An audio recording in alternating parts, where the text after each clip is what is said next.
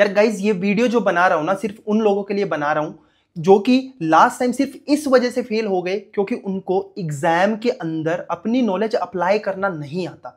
बहुत सारे ऐसे लोग होते हैं जिनका नॉलेज का अक्यूमुलेशन बहुत अच्छा है, रिटेंशन बहुत अच्छा है, बहुत ज्यादा इंफॉर्मेशन याद कर पाते हैं। मैं एन नंबर ऑफ स्टूडेंट को ऐसे जानता हूं, जब वो याद करते हैं तो उनको हर चीज आती है, लेकिन जब पेपर की बात आती है ना कि एमसीक्यू में कैसे नॉलेज अप्लाई करनी है, उनका तेल निकल जाता है। वहां पे जाते ही उनको डर लगने शुरू हो जाता है, एंग्जाइटी होती है, फियर ऑफ फेलियर दिमाग में आता है, कैसे इन सारी चीजों को ढंग से अप्लाई किया जाए।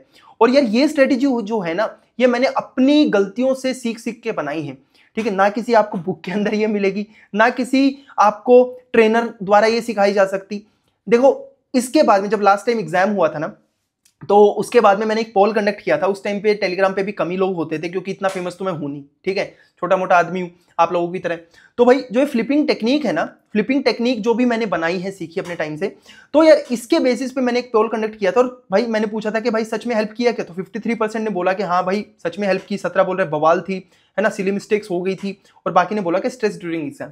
तो इसको कैसे ढंग से अप्लाई किया जाए अपनी नॉलेज को, कैसे लिमिटेड नॉलेज के अंदर बेटर रिजल्ट निकाला जाए। देखो ये सारी की सारी जो स्ट्रेटेजी है ना तभी काम करेगी जब आपके पास में नॉलेज होगा। बिना नॉलेज को है ना तुक्काबाजी से है ना भाई किसी का पेपर क्वालिफाई नहीं होता, मैं क्लियरली बता रहा हूं। लेकिन हाँ, अगर आप इफ यू आर समवन जिसके पास में नॉलेज है लेकिन नॉलेज का एप्लीकेशन नहीं आता, then this video is for you. क्योंकि आप लोगों की जो कोचिंग होगी ना, रिटन ट्रेनिंग प्रोग्राम या जहां पे भी आप ट्रेन हो रहे हो, वहां पे आप लोगों को पढ़ा तो सब लोग देंगे, ठीक है, सब लोग ज्ञानी है ना, पॉलिटी में प्रेसिडेंट के बारे में बता देंगे, ये बता देंगे, वो बता देंगे, लेकिन ये कोई नहीं सिखाएगा कि भाई नॉलेज अप्लाई कैसे करनी है। क्योंकि पेपर में नॉलेज को अप्लाई करना भी एक आर्ट है, तो वो आर्ट मैं आज आप लोगों को इस वीडियो के अंदर सिखा दूंगा। सबसे पहले हमारा टारगेट बहुत क्लियर है कि भाई कैसे हम लोगों को 400 मिनिमम नंबर स्कोर करने हैं 600 में से इस पर्टिकुलर पेपर के अंदर।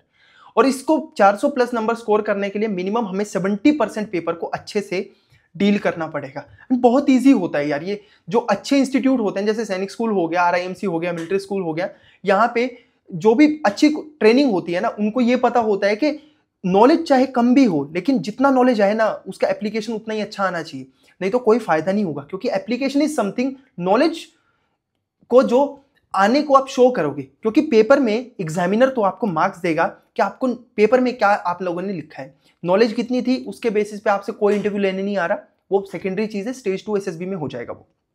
तो एनडीए के जीएटी पेपर में आपको 70% पेपर को अच्छे से सॉल्व करना जरूरी है। देखो सोते सोते सपने लेना अच्छी बात है, लेकिन उसके लिए काम करना तो जरूरी है ना भाई। तो उसके लिए कैसे काम करेंगे उसको देख लेते हैं। एग्जामिनर कोई भी है, कोई भी एग्जामिनर है, वो पेपर कैसे बनाता है। देखो पेपर उसका बनाने का इंटेंशन बहुत क्लियर है कि इंग्लिश को वो इजी रखेगा। 33% पेपर इंग्लिश का आता है, यानी अगर 150 क्वेश्चन है, 600 नंबर का पेपर है, तो वो क्या करेगा, 33% इंग्लिश डालेगा। यूजुअली इजी होती है, वो इजी होती है बहुत ज्यादा सेक्शन इंग्लिश का। साइंस वाला सेक्शन मॉडरेट होता है, अगर मैं अपने हिसाब से देखूं तो 33% वो डालेगा। और जीएस वाला सेगमेंट क्योंकि थोड़ा सा लंबा होता है तो इसलिए इसको मैं थोड़ा सा हार्ड की कैटेगरी में डाल रहा हूं, क्योंकि यार उसमें पॉलिटी पढ़ना है, इकोनॉमिक्स पढ़ना है, ज्योग्राफी पढ़ना है, ठीक है, डिफरेंट डिफरेंट सब्जेक्ट्स पढ़ने हैं, तो बहुत ही लंबा सब्जेक्ट हो गया, तो ये 33% हो गया। अब इस चीज को समझो कि तभी जाके 1% बच गया, तो 1% भाईचारे में छोड़ देते हैं यार, है ना, तब जाके पेपर कंप्लीट होगा। तो हम लोगों को कैसे इसको सोल्व करना है वो भी देख लेते हैं। सबसे पहले आपको फोकस करना है, इंग्लिश सबसे स्कोरिंग है तो सबसे पहले उस सेगमेंट को आपको सॉल्व करना है। कैसे करना है वो थोड़ी देर में बताऊंगा। जीएस जो है वो उसके बाद में सॉल्व करना है। जीएस के अंदर में साइंस भी आ गया और जीके वाला सेक्शन भी आ गया। अगर इफ यू आर समवन जो कि साइंस बैकग्राउंड से है तो साइंस पहले सॉल्व करो, इफ यू आर समवन जो कि आर्ट्स या कॉमर्स बैकग्राउंड से है तो फिर जीएस सॉल्व कर सकता है अपने फेवरेट सब्जेक्ट से। इसके बाद में देखो पेपर जब सामने आता है ना, सबसे पहले एक स्टोरी सुनाता हूं, ध्यान से सुनना। जब हम लोग इवॉल्व हो रहे थे तो हमारे जितने भी एंसेस्टर थे जो कि बंदर से इंसान बनने की जर्नी के दौरान थे, चल रहे थे, है ना, तो बंदर से जब हम लोग इंसान बन रहे थे ना, तो हमारे ब्रेन में एक पार्ट होता है जिसको बोलते हैं मेड्यूला। मेड्यूला का काम होता था कि अगर छोटी सी पत्ता भी हिलता था ना हमारे सराउंडिंग के अंदर, तो मेड्यूला वहां पे हमारा दिमाग लेके जाती थी, है ना। तो इसी वजह से मेड्यूला जो है वो हमेशा नेगेटिव चीजों के ऊपर ज्यादा फोकस करती है, और नेगेटिव चीजों के ऊपर हम लोग फोकस कर पाए तो इसी वजह से, या कंसंट्रेशन को हमारा तोड़ देती थी। बिल्ली का और भी ज्यादा तेज है, मक्खी का और भी ज्यादा तेज है, ठीक है, उनमें मेड्यूला नहीं होती, ठीक है, मक्खियों के अंदर तो, लेकिन फिर भी बता रहा हूं। तो इस चीज को समझो कि मेड्यूला की वजह से हम लोगों को गलत चीज ज्यादा नजर आती है। तो इस चीज को समझना कि पेपर को शुरू करने से पहले पहले 5 मिनट के अंदर आपको लगेगा कि क्या वाहियात बात बोल रहा है, लेकिन सच है ये, अप्लाई करके देखना। जब भी आप सोल्व करते हो ना, पहले 5 मिनट के अंदर अपनी बत्ती सी दिखाना शुरू कर दो। हंसते हंसते हंसते हंसते सब सारे रास्ते आपके अलग रास्ते पे रख जाएंगे। स्माइल करते हुए पहले 5 मिनट में कोई भी क्वेश्चन सॉल्व नहीं करना है, क्योंकि भाई पहले 5 मिनट में आना आपको अपने आप को मेंटली प्रिपेयर करना है। देखो if you are not mentally prepare, तो आपका दिमाग अगर पहले क्वेश्चन से ही सॉल्व करना शुरू कर दोगे ना भाई, मैं कसम से बता रहा हूं सिलेक्शन नहीं हो पाएगा, बहुत ही कम मार्क्स आएंगे। एक बार इसको करके देखना, आपके 50 नंबर तो वैसे ही बढ़ जाएंगे। एक बार अप्लाई करके देखना। स्माइल करते हुए पेपर को फ्लिप करो। फ्लिप के क्या होता है, आप पेपर को देखना है कि हाँ किस तरह के क्वेश्चन आए, ठीक है। जब क्वेश्चन किस तरह के आए ना, तो आपका जो प्रेशर होगा, आपका माइंड उसको एब्जॉर्ब कर लेगा, ठीक है। तो मेंटली एब्जॉर्ब कर लेगा, और बीच में पूरे पेपर के दौरान है ना, हर सेकंड में आपको प्रेशर नहीं मिलेगा, ठीक है। प्रेशर नहीं दिखेगा, या नया नया जो सिचुएशन है, नए नए टाइप ऑफ क्वेश्चन है वो देखने को नहीं मिलेंगे। तो एक ही बार में सारे देखो। 5 मिनट के अंदर क्वेश्चन सोल्व मत करो, आपके पास में बहुत ही टाइम है, और यहाँ पे 2.5 घंटे मिलता है ना, तो मैं बता रहा हूँ 1.5 पौने 2 घंटे के अंदर आराम से पेपर सोल्व हो सकता है। इस तरह का पेपर है। तो स्माइल करते हुए पेपर को फ्लिप करना है, ये देखना है कि किस तरह के क्वेश्चन आए हुए हैं। फिर क्योंकि ये दूसरा पेपर है ना, इस टाइम तक आप मेंटली टायर्ड हो चुके है ना, मेंटली टायर्ड हो चुके हो, तो आपको याद रखना है कि थोड़ा सा काम रहना है, ठीक है। बीच में कभी भी याद रखना, इसको गांठ डाल लो कि जब भी आपको बीच का जो गैप मिलता है ना, जो कि मैथ्स वाले पेपर के बाद में मिलेगा, उसमें कभी भी कितना ही कोई आपका एनालिसिस जारी कर रहा है, एकेडमी कुछ भी जारी कर रहा है, देखो यार उसको तो क्या मिलेगा, उसको मिलेगा वॉच टाइम, उसको मिलेगा सब्सक्राइबर, उसको मिलेगा व्यूज, और उसको मिलेगा अपने कोर्स का प्रमोशन। आपको क्या मिलेगा, तंबूरा कुछ नहीं मिलेगा। आपको क्या करना है, इस टाइम पे कभी भी अपने आंसर चेक मत करो। अगर आंसर चेक किए तो मेडुला क्या बोलेगी, नेगेटिव चीज ज्यादा देखेगी। अगर आपने 10 सही क्वेश्चन भी किए ना, तो वो आपको नहीं दिखेंगे, उसको नहीं देखोगे, इतना अच्छा कीनली ऑब्जर्व नहीं करोगे। एक क्वेश्चन गलत किया तो वो आपको ज्यादा दिखेगा। प्रॉब्लम क्या होगी, प्रॉब्लम ये होगी कि वहां पे आप स्टक हो जाओगे, कॉन्फिडेंस गिर जाएगा, और कॉन्फिडेंस की तो जरूरत है ना भाई, इस टाइम पे नहीं देखने आंसर। इसके बजाय आपको कोशिश करनी है खुश रहने की। आप इस टाइम पे म्यूजिक सुन सकते हो, अपने घर वालों से बात कर सकते हो, वीडियो कॉल करो, बढ़िया जाके जगह पे रेस्ट करो, ठीक है। अब देखो इंग्लिश वाला जो सेगमेंट है ना, उसको सॉल्व करने के 2 तरीके हैं।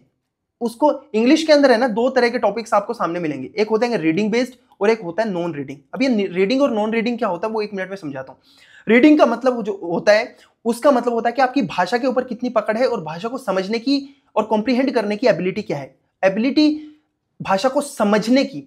और इसमें नॉन रीडिंग वाले में वो पार्ट आता है जहां पे आपकी फैक्चुअल नॉलेज कैसी है, आप कितने ज्यादा वर्ड्स को जानते हैं, कितने बढ़िया रूल्स को जानते हैं, वो आपको पता होना चाहिए। तो इस चीज को समझो। अब जो टेम्पोरल लोब है, हमारे ब्रेन में 2 हिस्से होते हैं। टेम्पोरल लोब जो कि फ्रंट वाले पार्ट में होता है। टेम्पोरल लोब का मेन काम होता है कि रीडिंग वाले एरियाज को समझना, जहां पे भाषा को समझने की बात आती है ना साइंटिफिकली, वहां पे टेम्पोरल लोब ज्यादा एक्टिवेट रहता है। और जहां पे नॉन रीडिंग यानी कि अगर मेमोरी बेस्ड कोई इंफॉर्मेशन है, उसको रिकॉल करना है, तो वहां पे इंफीरियर पैरेटल लोब का काम ज्यादा आता है। तो इस चीज को समझ लेना। तो एक काम करना है, अगर मान लो इसका ज्यादा यूज करेंगे रीडिंग वाले सेक्शन का, तो भाई ये ब्रेन जो है वो हीटअप हो जाएगा, और अगर इसका ज्यादा यूज करेंगे तो ये वाला हिस्सा हीटअप हो जाएगा। तो आपको क्या करना है, एक बार इस वाली चीज को यूज करना है, एक बार इस वाली चीज को यूज करना है। अब कैसे करेंगे, देखो ध्यान से। कभी आपने सोचा होगा, एक एग्जाम्पल देता हूं। कभी ऐसा हुआ है कि आप बुक पढ़ रहे हो, और एक टाइम के बाद में ना बुक के अंदर क्या लिखा हुआ है आपके दिमाग में जाना बंद हो जाता है। बहुत बार ऐसा होता होगा। अगर आप रीड कर रहे हो ना, फिर ऊपर लाइन तो पढ़ रहे हो आप, लेकिन उसके इमोशंस क्या है, ऑथर का इंटेंशन क्या है, राइटर ने क्या उसमें लिखा हुआ, बिल्कुल भी समझ में नहीं आएगा। तो उसके लिए क्या करना पड़ेगा आपको रीड करना है बिटवीन द लाइंस, मतलब उसके इमोशंस को समझने की कोशिश करनी है। तो इस चीज को याद रखना कि रीडिंग वाले टॉपिक के बाद में एक नॉन रीडिंग वाला टॉपिक सोल्व करो। अब रीडिंग और नॉन रीडिंग क्या होता है बताता हूं। रीडिंग के अंदर आते हैं जो ऑर्डरिंग ऑफ द सेंटेंसेस वाले टॉपिक होते हैं, जो फिल इन द ब्लैंक्स होते हैं, जो वर्ड जो होते हैं सेंटेंस के अंदर, उनको जिनको पैराजंबल्स बोलते हैं, उनको अगर रीअरेंज करना होता है।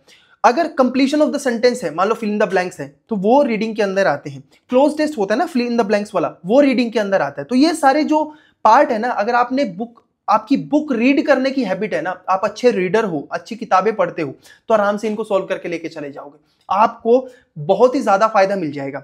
तो यहाँ पे ये स्किल आपकी चेक हो रही है। यूपीएससी है ना, होलिस्टिक पर्सनैलिटी मांगता है, ऐसे नहीं मांगता। तो इस चीज की साइंस को समझो। जब तक साइंस नहीं समझोगे ना भाई एग्जाम की, तब तक क्वालिफाई नहीं हो पाएगा, ठीक है। पर गधे घोड़े की तरह इधर उधर दौड़ते रहो तो फायदा कुछ होने वाले नहीं है आपका। नॉन रीडिंग वाला जो सेक्शन है, उसमें आपको ईडियम एंड फ्रेजेस पढ़ने। ईडियम एंड फ्रेजेस क्योंकि वो आप कितने वर्ड्स आपको याद है, कौन कौन सा इडियम याद है, वो यहां से आपका नॉन रीडिंग में आएगा, क्योंकि वो आपको रिकॉल और याद करना पड़ेगा, वहीं से कवर हो पाएगा। सिनोनिम्स वर्ड याद करने हैं, स्पॉटिंग एरर रूल्स याद करने हैं, पार्ट ऑफ स्पीच आपको types of part of speech याद करने हैं, उसके बेसिक्स याद करने हैं, सिनोनिम एंटोनिम्स वहां पे भी वही याद करना है, और प्रेपोजिशन और डिटर्मिनर्स है, ये भी यार एक तरह का रूल है, यहाँ पे ये भी याद करने पड़ेंगे। तो रीडिंग मतलब एक आप रीडिंग कॉम्प्रिहेंशन, अगर आरसी वाला रीडिंग कॉम्प्रिहेंशन का सेगमेंट सॉल्व कर रहे हो, उसके बाद में आपको ईडियम एंड फ्रेजेस सॉल्व करना चाहिए। तो एक सेक्शन ये, एक सेक्शन ये, एक सेक्शन ये, एक सेक्शन ये, और कभी भी देखना, फिर मैं आपसे पूछूंगा क्या आपको कोई दिक्कत आई? नहीं आएगी भाई, एक बार करके देखो, तभी देखना कितना फायदा मिलेगा आपको। एक बार करके देखना इस चीज को, आज जब नेक्स्ट टेस्ट दोगे तभी फायदा होगा। इसके बाद में आता है जीएस वाला सेक्शन। देखो जीएस वाले सेक्शन में है ना, अगर मैं सोल्व करता हूं तो मेरी पॉलिटी बहुत ज्यादा अच्छी है, बायोलॉजी बहुत ज्यादा अच्छी है, फिजिक्स बहुत अच्छा है, केमिस्ट्री, इकोनॉमिक्स, तो इस सीक्वेंस में सोल्व करता हूं। कभी भी क्वेश्चन नंबर 1 से सोल्व मत करो पेपर, क्योंकि आप अगर अपने स्ट्रॉन्ग एरिया से सोल्व करते हो ना, तो भाई आपका कॉन्फिडेंस बूस्ट हो जाता है। और exam is all about confidence, ठीक है। जितना कॉन्फिडेंट आप होगे ना, उतनी बढ़िया आपकी एप्लीकेशन ऑफ नॉलेज होगा। जितना कॉन्फिडेंट आप होगे, उतने ज्यादा खुश आप होगे, ठीक है। और जितने आप खुश रहने की कोशिश करोगे ना भाई, कॉन्फिडेंस है ना उतना बढ़ना शुरू हो जाएगा। हमारी ब्रेन की साइकोलॉजी ऐसे काम करती है, एक बार अप्लाई करके देखो। तो इसलिए बोलता हूं कि सबसे पहले पॉलिटी के क्वेश्चन सोल्व करो, बायोलॉजी करो, फिजिक्स करो, केमिस्ट्री करो, इकोनॉमिक्स करो, फिर ज्योग्राफी, फिर modern history, ancient history, medieval science and tech में जो दूसरा इन्वायरमेंट वाला सेक्शन है वो बाद में, और सबसे लास्ट में करंट अफेयर। आते हैं नहीं आते? तो इस तरह से है ना आपका पेपर आपको पता भी नहीं चलेगा, और आपके लगभग है ना, अगर एनडीए की बात करूं तो भाई 100 मार्क्स तक का आपको फायदा मिल जाएगा, इतना इजाफा हो सकता है, इतना फर्क पड़ जाता है भाई। मैंने प्रैक्टिकली अपने स्टूडेंट्स के ऊपर अप्लाई करके देखा ये चीज, उनको फायदा हुआ, खुद के ऊपर अप्लाई किया, मेरे को फायदा हुआ। और साइंटिफिकली बोल रहा हूं मैं, किसी हवा में कद्दू में तीर नहीं चला रहा है। एक बार चला के देखो, फिर आप मुझे बताना इसी वीडियो के कमेंट सेक्शन में आके आपको फायदा हुआ या नहीं हुआ। अब पेपर को है ना कभी भी है ना एक ही बार में सोल्व मत करो, राउंड वाइज सोल्व करो। पहले राउंड यानी 90 मिनट के अंदर, अगर मान लो 2.5 घंटा यानी 150 मिनट्स का पेपर है, तो उसके अंदर आपको पहले 90 मिनट में है ना उन क्वेश्चन को सोल्व करना है, चाहे वो इंग्लिश के हैं चाहे वो जीएस के हैं, उन क्वेश्चन को सोल्व करना है जिसपे आप 100% श्योरिटी रखते हो कि भाई ये तो अपना आता ही है, यही है इसका आंसर, तो उसको सोल्व करो। उससे आपका फायदा क्या होगा? उसका आपका फायदा बहुत ही क्लियर होगा कि यार आपका है ना कम से कम वो क्वेश्चन नहीं छूटेंगे जो आपको आते हैं, और आते आते कई बार पेपर छूट जाता है ना, तो वो चीज आपके साथ नहीं होगी। तो पहले फेज में उन क्वेश्चन को सोल्व करो, 90 मिनट के अंदर सोल्व कर लो 100% पेपर को। जहां पे ऐसा लग रहा है ना कि आपको परेशानी है, वहां पे ऐसे सर्कल लगाओ और आगे बढ़ जाओ, वहां पे सर्कल लगाओ और आगे बढ़ जाओ।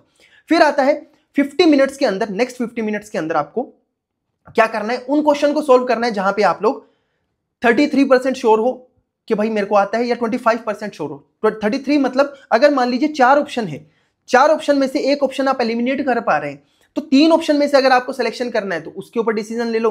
अगर ऐसा है कि 2 ऑप्शन आप एलिमिनेट कर पा रहे हो, 2 के अंदर डिसीजन लेना, तो उन ऑप्शन के ऊपर आप आंसर दे सकते हो। तो अगर स्ट्रेटेजिकली चलोगे ना यार पेपर के अंदर, पेपर इज नॉट अबाउट, ठीक है, नॉलेज होना बहुत ही ज्यादा जरूरी है, पर नॉलेज का एप्लीकेशन भी होना जरूरी है, और वो है ना साइंस है भाई पेपर को सॉल्व करना, ठीक है। ऐसे ही 24 एग्जाम मैंने क्वालिफाई नहीं कर लिए, ठीक है, कम नॉलेज के साथ भी, और मैं लिख के दे सकता हूं, आप में से बहुत सारे लोग हैं ना मेरे से ज्यादा जानते हैं, लेकिन फिर भी है ना क्योंकि नॉलेज नहीं आता ना अप्लाई करना, तब भी दिक्कत होती है, ठीक है। इस चीज को समझो। अंत में इस वीडियो के मैं तो इतना ही बोलूंगा, if you are someone who is preparing for NDA, CDS, CAPF, AFCAT exam के लिए प्रिपेयर कर रहे हो, तो भाई फ्री रिसोर्सेज, फ्री, बिल्कुल फ्री, ठीक है, बेटर देन योर बुक्स जो मार्केट में अवेलेबल है, रिसर्च मेरी, सारा कुछ मेरा, आपको पढ़ना है, पेपर के अंदर अप्लाई करना है, बदले में मुझे कुछ नहीं चाहिए, ना आपका लाइक चाहिए, ना शेयर चाहिए, ना सब्सक्राइब चाहिए, बिल्कुल भी नहीं चाहिए। इंटेंशन बहुत क्लियर है, मेरे लिए भी वैल्यू भी नहीं करता, इंटेंशन बहुत क्लियर है कि आपका फायदा होना चाहिए, क्योंकि यार अगर आपका फायदा हो गया ना तो मेरे लिए वही खुशी है कि मेरी वजह से, अगर ठीक है, अगर मैं खुद ऑफिसर नहीं बन पाया तो मैं ऑफिसर और मेकर तो बन ही जाऊंगा, वो इंटेंशन है। फ्री में नोट्स अवेलेबल है टेलीग्राम चैनल के ऊपर, लिंक डिस्क्रिप्शन बॉक्स के अंदर आपको मिल जाएगा। ये वीडियो जो है वो प्रधानमंत्री ज्ञान बांटो योजना के तहत बन रहा है। इस वीडियो से आने वाला रेवेन्यू मेरी पॉकेट में नहीं जाता, वो आप जैसे स्टूडेंट्स की ही वेलबींग के लिए यूज होता है, 1 भी रुपया मैं उसमें से नहीं लेता। कितनी स्ट्रेटेजी सीख लो, कितना ही कुछ भी सीख लो, जब तक इसको अप्लाई नहीं करके देखोगे फायदा नहीं होगा। अप्लाई करके देखोगे, ये प्रॉमिस है मेरा, आपको है ना 100 मार्क्स तो मिनिमम बढ़ जाएंगे, लेकिन अप्लाई उसको सही से करना पड़ेगा। पेपर के अंदर जाके अप्लाई करोगे बिल्कुल भी फायदा नहीं होगा, क्योंकि फिर वही गलती करोगे। तो इन चीजों को समझ के देखना।